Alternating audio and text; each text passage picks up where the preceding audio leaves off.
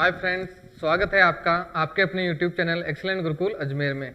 दोस्तों, मैं आज कक्षा 10 के जो मोस्ट इंपोर्टेंट क्वेश्चंस हैं एग्जाम के हिसाब से, एग्जाम बोर्ड 2023 के हिसाब से, वो लेकर के आया हूँ आपके।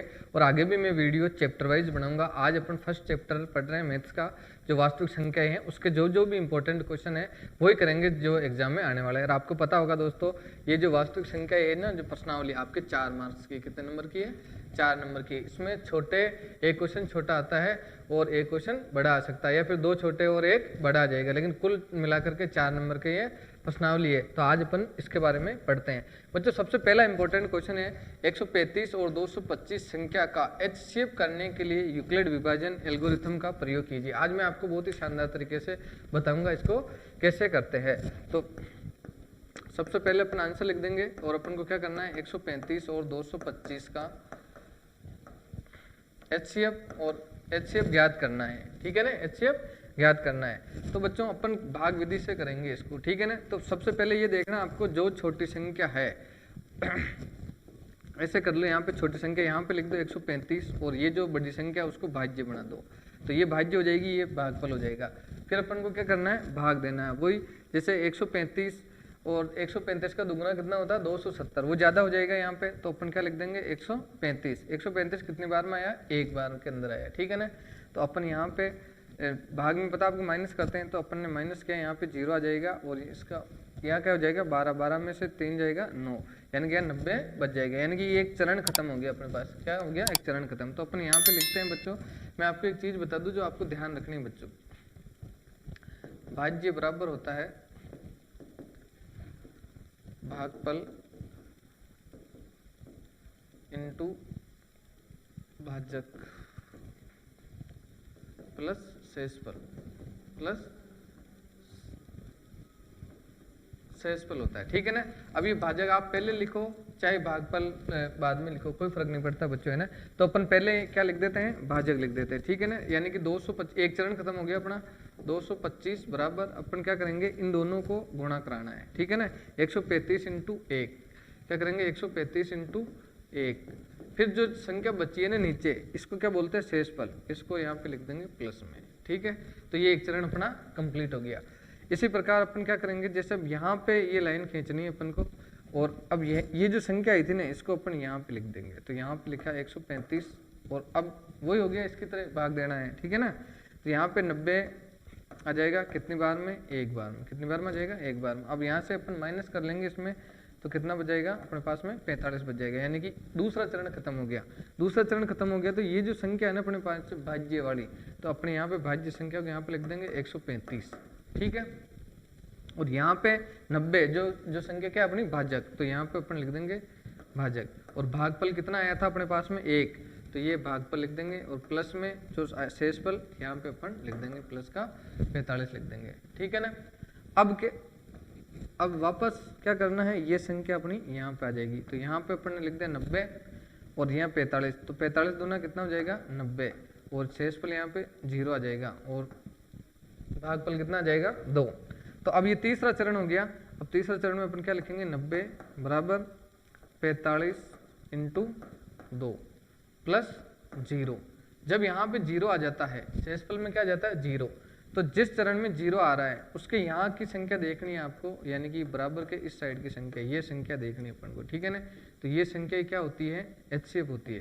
तो यहाँ पे क्या हो गया बच्चों, HCF बराबर 45। तो अपन लिख सकते हैं कि जो 135 और 225 है उसका HCF क्या आ जाएगा, 45 आ जाएगा। ठीक है ना। अगर अपन को इसमें कुछ इस प्रश्न में LCM पूछा जाता, तो आप ध्यान रखना बच्चों, HCF क्या होता है, A इंटू बी बराबर HCF इंटू LCM, ये एक फॉर्मेट होता है। अब अपन को अगर LCM ज्ञात करना हो, तो आपको पता है जो A इंटू बी है, इसके गुणा में है ना ये यहाँ पे HCF, तो LCM तो ज्ञात करना था, तो HCF क्या आ जाएगा, इधर गुणा में, इधर आके किस में हो जाएगा, भाग में। तो A इंटू बी बटा HCF। ये A और B क्या है, दो संख्याएं जो प्रश्न में दी हुई रहती है, और अपने को क्या दे रखी है, 135 और 225, 135 और 225 बटा HCF कितना आया था इनका, ये 45 आया था। HCF कितना आया था, 45 आया था। तो अब इनको अपन काट सकते हैं। ठीक है ना। अगर इसको अपन इससे काटेंगे 45 को, तो कितनी बार में कट जाएगा, कि 5 के पार्ट से भी काट सकते हो, वैसे डायरेक्ट भी कट जाएगा। अगर आपको 5 के पार्ट से काटना है तो ये जैसे मान लो अपन 9 बार में कट गया, ठीक है। और इसको काटेंगे अपन तो ये कितने बार आ जाएगा, ये 5 के पार्ट से 4, फिर 25 बचेगा यानी कि 45 हो जाएगा। फिर ये 9 से कट जाएगा कितनी बार में, 5 बार में। अब अपने पास में क्या बच गया बच्चों, ऐसे यहाँ पे मैं कर देता हूँ 135 इंटू 5 बच गया। इनको गुणा करा दो, 5 पंजे 25, 2 अंश लिखा हो जाएगा, 5 या 15, 15 2 17 और 1 यहाँ पर जाएगा 5 एकम 5 1 6। तो इनका एलसीएम कितना आ जाता, 675 आ जाता। ठीक है, अब करते हैं इस प्रश्नावली का नेक्स्ट क्वेश्चन और चलते हैं। अब नेक्स्ट क्वेश्चन है अपना प्रश्नावली 1.2 का ही है। HCF 306 657 बराबर 9 दिया है तो एलसीएम ज्ञात करना है इनका अपन को, ठीक है ना। ये 1 नंबर का प्रश्न आ सकता है जिसमें HCF दे रखा है अपन को और एलसीएम ज्ञात करना है अपन को, ठीक है ना। तो अपन आंसर में क्या लिखेंगे बच्चों, सबसे पहले दिया है HCF 306 और 657, इनका HCF दे रखा है बच्चों अपन को 9 दिया हुआ है, ठीक है ना। अब अपन को ज्ञात क्या करना है, एलसीएम अपन को ज्ञात करना है बच्चों, ठीक है ना। और हम जानते हैं कि अब क्या जानते हैं अपन कि A इंटू बी बराबर क्या होता है, HCF इंटू एलसीएम होता है, HCF इंटू एलसीएम होता है। या तो आप एलसीएम का डायरेक्टली सूत्र लगा दो कि एलसीएम बराबर क्या हो जाएगा बच्चों, A इंटू बी बटा HCF, ठीक है ना। ये कैसे हुआ, क्योंकि ये जो एलसीएम निकालना था अपन को, HCF गुणा में था तो इधर आकर किस में हो जाएगा, भाग में हो जाएगा, तो ये अपन भाग में कर दिया तो ऐसा आ जाएगा इसका, है ना। तो ये क्या हो जाएगा अपने पास में, A इंटू बी संख्या कितनी देर की थी अपने पास में, 306 इंटू 657 और HCF कितना दिया हुआ था, 9। तो एक बार आप देख लो, अगर ये कट जाती है इनके, जैसे डायरेक्ट अगर 9 से काटना चाहो तो 9 से काट दो अगर कटती है संख्या तो। अगर 9 से नहीं कटती है, जैसे अपन ने किया 27 36, ये भी कट जाएगी 9 से, है ना। और नहीं तो आप 3 के पार्ट से भी आसानी से काट सकते हो। अभी अपन जैसे 9 के पार्ट से काट देते हैं, 9 3 कितना हो जाएगा, यहाँ पे 27 हो जाएगा, कितना बचेगा यहाँ से 3 बचेगा और फिर 6 हो जाएगा 36 और 9 चौ कितना हो जाएगा 36।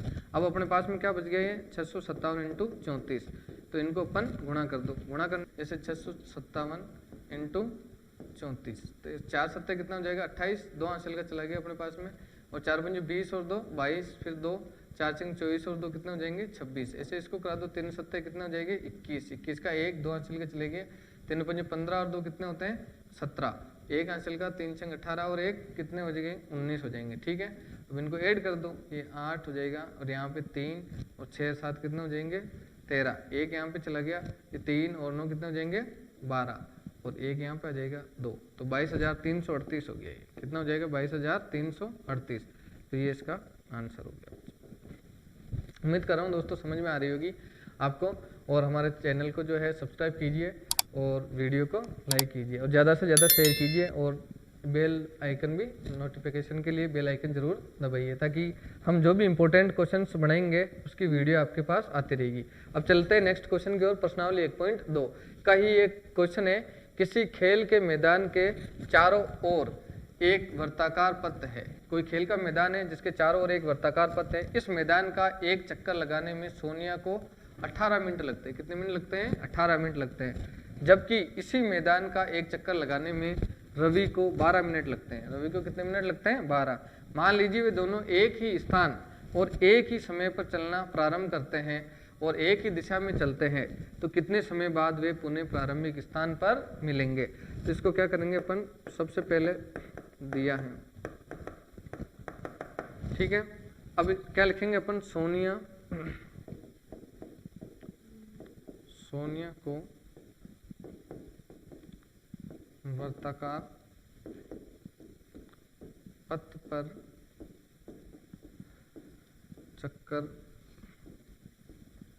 लगाने में लगा समय, चक्कर लगाने में लगा समय बराबर क्या हो जाएगा 18 मिनट दे रखा। कितना मिनट दे रखा 18 मिनट दिया हुआ है, ठीक है।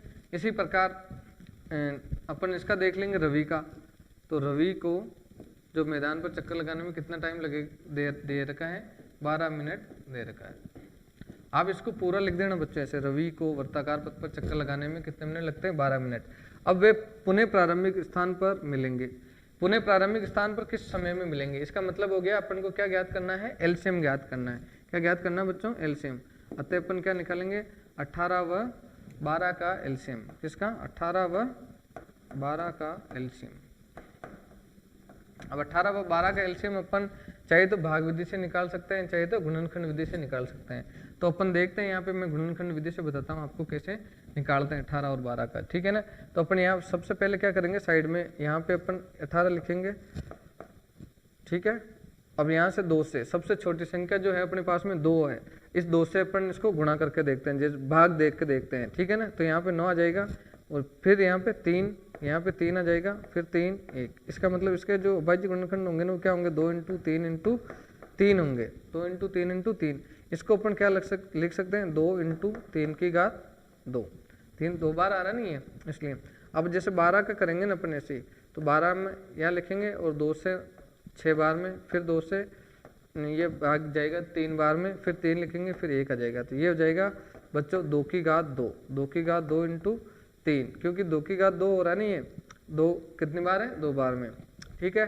तो अपन लिख सकते हैं यहाँ पे 18 बराबर क्या आया था अपने पास, 2 × 3 की घात 2। और 12 के लिए अगर अपन बात करते हैं तो 12 के लिए आया था अपने पास में 2 की घात 2 × 3।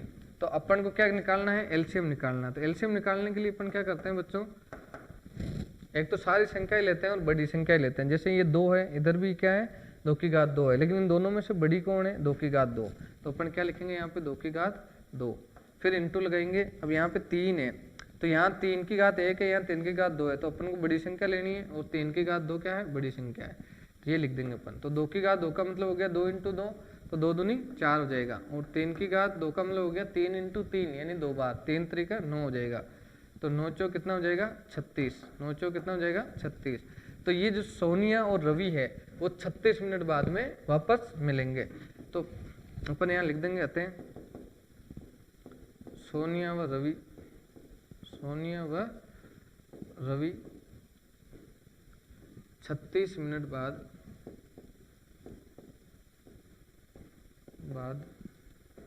पुणे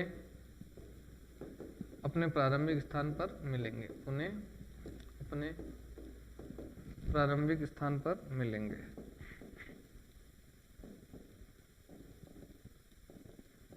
स्थान पर मिलेंगे, ये इसका आंसर है, ठीक है। अब नेक्स्ट प्रश्न है अपना 1.3 का, सिद्ध कीजिए कि 3 + 2.5 जो है एक अपरिमेय संख्या है। तो अपन क्या करेंगे, अपन दिया है अपरिमेय संख्या, अपरिमेय संख्या क्या दे रखी अपन को, 3 + 2√5 दे रखी। इसको क्या करना है अपन को, ऐसे मान लेनी है अपन को कि माना, क्या करना है, माना 3 + 2√5 एक परिमेय संख्या है, ये मान लेना अपन को। बस क्या करना है, 3 + 2√5 क्या है, एक अपरिमेय संख्या है। और अपन परिमेय संख्या माननी है अपन को, सॉरी क्या माननी है, परिमेय संख्या माननी है। और परिमेय संख्या मानेंगे ना अपन, तो अपन क्या लिख देंगे, 3 + 2√5 बराबर a/p। आपको पता परिमेय संख्या क्या होती है, p/q के रूप में होती है। किस रूप में होती है, p/q के रूप में होती है, जहां p और q दोनों क्या होते हैं, पूर्णांक होते हैं। जहां p और q दोनों क्या होते हैं, पूर्णांक, और q ≠ 0। ऐसी सिचुएशन होगी तभी क्या होती है, वो संख्या पूर्णांक परिमेय संख्या होती है। तो अपन ने p/q की जगह a/b मान लिया, कोई दिक्कत नहीं है, अपन p/q भी मान सकते हैं, है ना। तो यहाँ पे अपन ने ये मान लिया, ठीक है। अब यहाँ पे जो ये संख्या है ना 3, इसको उधर ले जाएंगे अपन। तो जैसे 2√5 यहाँ रखा अपन ने, तो a/b माइनस, ये प्लस का था, उधर जाके किसका हो जाएगा, माइनस का हो जाएगा, ठीक है। अब यहाँ कुछ नहीं है तो 1 मान लेंगे अपन, ठीक है। तो यहाँ पे 2√5, तो यह इनका एलसीएम लेंगे तो कितना जाएगा, b। एलसीएम लेने में क्या करते हैं, इसको इससे गुणा करते हैं, फिर क्रॉस मल्टीप्लाई करा देते हैं अपन। तो यहाँ पे हो जाएगा a माइनस, फिर क्या हो जाएगा 3b। अब अपन को यहाँ पे केवल यही रखनी है, अंडर रूट वाली संख्या ही रखनी है, ठीक है ना। तो ये 2 भी जो गुणा में उधर जाके किस में हो जाएगा, भाग में हो जाएगा। तो अंडर रूट 5 बराबर हो जाएगा अपने पास a माइनस 3b बटा 2b हो जाएगा। अब अपन जानते हैं कि जो अंडर रूट की संख्या होती है ना, जो वर्ग संख्या ही नहीं होती, वर्ग संख्या कौन सी होती है, जैसे 2 का स्क्वायर होता है अपने पास में 4, 3 का स्क्वायर होता है 9, और ऐसे ही 4 का स्क्वायर क्या होता है 16। तो ये संख्या कौन सी संख्या होती है, वर्ग संख्या होती है। कौन सी संख्या होती है, वर्ग संख्या। जो वर्ग संख्या होती है वो तो बच्चों परिमेय संख्या होती है। कौन सी संख्या होती है, परिमेय। लेकिन जो वर्ग संख्या नहीं होती है वो अंडर रूट में आएगी, तो वो कौन सी संख्या होगी, अपरिमेय। तो अपन तो ये जानते हैं कि ये क्या होता है, अपरिमेय संख्या है अंडर रूट 5 तो, और यहाँ तो सारे के सारे क्या है, पूर्णांक है। तो अपन लिख देंगे अंडर रूट 5 बराबर पूर्णांक, एक ए क्या है, पूर्णांक, माइनस 3 इंटू ये b जो है ये क्या है, पूर्णांक, ये भी क्या है, पूर्णांक, बटा 2 इंटू ये भी क्या हो जाएगा, पूर्णांक। आप चाहो तो आप ऐसे भी लिख सकते हैं, 3 प्लस 2 अंडर रूट 5 बराबर a बटा b लिखा ना, यहाँ पे मेंशन कर सकते हैं अपन, जहाँ a और b क्या है, पूर्णांक, और b नॉट इक्वल 0, ये मेंशन कर सकते हैं। तो अपन तो ये जानते हैं कि ये सारी संख्याएं जब पूर्णांक पूर्णांक आएगी तो आने वाली जो प्राप्त होगी ना संख्या, वो कौन सी संख्या प्राप्त होगी, परिमेय संख्या। वो कौन सी संख्या प्राप्त होगी, परिमेय संख्या, जबकि ये तो क्या है, अपरिमेय संख्या है। अतः जो अपन ने कल्पना की ना उसका विरोधाभास पैदा हो रहा है यहाँ पे, ठीक है ना। तो अपन लिखेंगे हमने अतः हमारी कल्पना कि 3 प्लस 2 अंडर रूट 5 एक परिमेय संख्या है, एक परिमेय संख्या है का विरोधाभास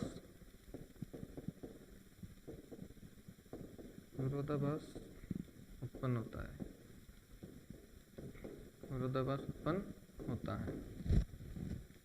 अतः क्या हो जाएगा, 3 प्लस 2 अंडर रूट 5 एक अपरिमेय संख्या है, एक अपरिमेय संख्या है।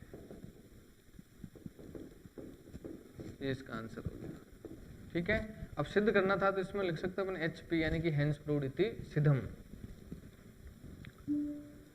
फिर आता है क्वेश्चन 1.4 का इंपॉर्टेंट क्वेश्चन है कि बिना लंबी विभाजन प्रक्रिया किए बताइए कि निम्नलिखित परिमेय संख्याओं के दशमलव प्रसाद शांत है या अशांत अनावर्ती है। तो ये 13/125 दे रखा है। तो अपन क्या करते हैं, सबसे पहले ये अंश है, इसको क्या बोलते हैं अपन, अंश किसी भी भिन्न का, और नीचे जो संख्या उसको हर है। तो अपन हर का क्या करते हैं, अपन गुणनखंड निकाल दो ऐसे, ठीक है। ये काम आप रब में कर लेना साइड में, ठीक है ना। 31 25 ये 2 से और 3 से डिवाइड होगा नहीं, किससे होगा डिवाइड, 5 से डिवाइड होगा। 5 से जब डिवाइड होगा ना ये, तो यहाँ पे क्या हो जाएगा 6, फिर 1 बचेगा, 2 आ जाएगा, फिर 2 बचेगा, यहाँ से 5 आ जाएगा, फिर 5 से डिवाइड करोगे तो यहाँ पे 125 आ जाएगा, फिर 5 से डिवाइड करोगे आप तो यहाँ कितना आ जाएगा 25, फिर 5 से डिवाइड करोगे 5, फिर 5 से डिवाइड करोगे 1 हो जाएगा। यानी कि ये 5 × 5 × 5 कितनी बार आ गया, 5 बार आ गया। तो अपन क्या लिख सकते हैं यहाँ पे 13 बराबर ये हो गया अपने पास में 5 × 5 × 5 × 5 × 5 बार हो गया ये, 1 2 3 4 5, ठीक है। तो यहाँ पे अपन क्या लिख दिया 13/5 की घात 5, क्या लिख दिया 5 की घात 5 लिख दिया। जब ये 5 की घात 5 प्राप्त हो गया तो अपन को क्या करना है, 2 की घात 5 से ऊपर नीचे गुणा करना है, 2 की घात 5 से ऊपर नीचे गुणा करना है। तो अपन लिख देंगे यहाँ पे 13, यहाँ पे मेंशन कर देना 2 की घात 5 से ऊपर नीचे गुणा करने पर, ऊपर नीचे गुणा करने पर, गुणा करने। ये 2 की घात 5 से गुणा क्यों कर रहे हैं अपन, अगर 2 की घात 5 आ जाता तो 5 की घात 5 से गुणा करते हैं, क्योंकि 2 × 5 क्या हो जाएगा अपने पास में 10 हो जाएगा, है ना। तो यहाँ पे 2 की घात 5 होती तो 5 की घात 5 से गुणा करते हैं, 2 की घात 3 होती तो 5 की घात 3 से गुणा करते हैं, हमेशा ध्यान रखना। इनके अलावा अगर कोई दूसरी संख्या आ जाए ना, 2 और 5 के अलावा 3 आ जाए, 7 आ जाए, 5 आ जाए, 5 इनके अलावा 6 आ जाए, 9 आ जाए, तो फिर वो जो है दशमलव प्रसार शांत नहीं होगा, क्या होगा, अशांत होगा। तो यहाँ पे लिख देंगे 13 × 2 की घात 5 बट्टा यहाँ पे लिख देंगे 5 की घात 5 × 2 की घात 5, ठीक है। 13, अब ये जो है इसको आगे सोल्व कर लो अपन, 13 एज इट इज आ जाएगा अपने पास में, ये अपन ने 13 लिख दिया, इंटू 2 की घात 5 का मतलब हो गया 2 को कितनी बार लिखना है, 5 बार लिखना है, ठीक है ना। ऐसे गुणा करेंगे 2 × 2 × 2 × 2 × 2 × 2, 5 बार हो गया, 2 दूनी 4, 4 दूनी 8, 8 दूनी 16, 16 दूनी कितना हो गया 32 हो गया। तो यहाँ पे अपन लिख देंगे 32 लिख देंगे, क्या लिख देंगे यहाँ पे 32 लिख देंगे बटा। अब ये जब घाते हैं, यहाँ भी घात 5 है, यहाँ भी घात 5 है, जब घाते समान हो तो आधार गुणा हो जाते हैं। तो आधार क्या है 5 और 2, 5 दूनी 10 और 10 की घात क्या हो जाएगी यहाँ पे 5। अब 13 को अपन 32 से गुणा कर दो, किसको गुणा कर दो 13 को 32 से गुणा कर दो। तो 13 दूना कितना हो जाएगा अपने पास में 26, 13 दूना कितना हो जाएगा 26। अब यहाँ पे क्या हासिल का चला गया अपने पास में 2, तो 13 थे 39, 39 और 2 कितना हो जाएगा 41। तो यहाँ पे ये 41 हो जाएगा। अब 10 की घात 5 का मतलब है 1 के पीछे कितने जीरो लगाने हैं 5 जीरो लगाने हैं। तो 1 2 3 4 और 5। अब यहाँ पे डायरेक्ट भाग नहीं देना या काटना नहीं है। जब 0 0 आ जाते हैं ना 1 के पीछे 0, तो कितने जीरो आ रहे हैं 1 2 3 4 5। तो अपन 1 2 3 तो संख्या अपने पास में है ना, और बाकी अपन क्या लिख देंगे आंसर डायरेक्ट डबल जीरो लगा के लिख देंगे। जैसे ये 416 लिखा अपन ने, 2 जीरो और लगाए और पॉइंट लगा दिया ऐसे 0.00416। तो ये दशमलव, ये भाग खत्म हो गया मतलब। तो ये कौन सा प्रसार हो गया शांत प्रसार हो गया। कौन सा प्रसार हो गया शांत प्रसार हो गया। अभी नेक्स्ट क्वेश्चन करते हैं अपन 17/8 वाला। तो इसमें क्या होगा 17/8 में, इसमें भी यही हो जाएगा। यहाँ क्या लिख देंगे अपन 17 और 8 को जब ऐसे करेंगे ना तो ये क्या हो जाएगा 8 2 फिर 4 फिर 2 फिर 2 और यहाँ पे 2 1, तो 2 इंटू 2 इंटू 2 हो जाएगा। और ये क्या हो जाएगा 2 की घात 3 हो जाएगा। तो ये इसको अपन लिख सकते हैं 2 इंटू 2 इंटू 2, ठीक है। और यहाँ पे क्या हो जाएगा 17/2 की घात 3। अब 2 की घात 3 आया अपन, तो क्या करेंगे अपन 5 की घात 3 से ऊपर नीचे गुणा करने पर, 5 की घात 3 से ऊपर नीचे गुणा करने पर, ठीक है। तो अब यहाँ पे हो जाएगा अपने पास 17/2 की घात 3 फिर इंटू ये 5 की घात 3 और यहाँ पे 5 की घात 3 लिख दो।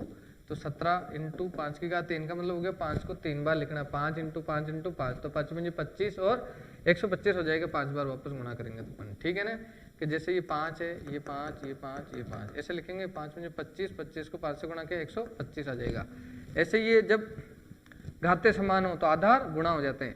तो यहाँ पे क्या हो जाएगा अपने पास 10 की घात 3 हो जाएगा। अब 17 को 125 से अपन गुणा करा दो, ठीक है ना। अगर डायरेक्ट गुणा कराना आता है तो ठीक है, नहीं तो ऐसे कर दो, एक एक संख्या से गुणा करा दो। कि 7 5 35 हो जाएगा और ये 3, 7 दूनी 14 और 3 कितना हो जाएगा अपने पास में 17। एक हासिल का 7 एकम 7 और 1 8, फिर ये हो जाएगा 5 2 1, फिर ये हो गया 5 2 10 1 11 21 25 हो जाएगा। तो यहाँ पे हो जाएगा अपने पास में 21 25 यानी कि 2125। और 10 की घात 3 का मतलब है 1 लगा के घात कितनी है 3, 3 जीरो लगा दो 1 2 3। तो ये हो जाएगा 3 संख्या के बाद में पॉइंट 1 2 3 यानी कि 2.125 हो जाएगा। अब ये भी भाग समाप्त हो गया। समाप्त हो गया इसका मतलब ये कौन सा प्रसार हो गया शांत प्रसार हो गया। कौन सा प्रसार हो गया शांत प्रसार। तो दोस्तों ये जो क्वेश्चन थे सारे अपने प्रश्नावली 1.1 जो है और पूरी प्रश्नावली एक जो प्रश्नावली वास्तविक संख्या है उसके सारे इंपॉर्टेंट क्वेश्चन थे। और अब मैं आगे चैप्टर वाइज बनाऊंगा। आज जो है अपने 5 जनवरी है, 5 जनवरी 2023। अब आपके एग्जाम जो मार्च में स्टार्ट है उससे पहले मैं सारे जो चैप्टर है उनके इम्पोर्टेंट क्वेश्चन की वीडियोस बनाता रहूँगा और डेली अपलोड करूँगा। तो आप हमारे चैनल को अभी तक अगर सब्सक्राइब नहीं किया है तो सब्सक्राइब कर लो, वीडियो को लाइक कर दो और ज़्यादा से ज़्यादा शेयर करो और बेल आइकन जरूर दबाना ताकि जो भी मैं वीडियो बनाऊँ उसका नोटिफिकेशन आपके पास तुरंत आए। तो उम्मीद करता हूँ दोस्तों आपको वीडियो पसंद आई होगी। थैंक यू, शुक्रिया, धन्यवाद।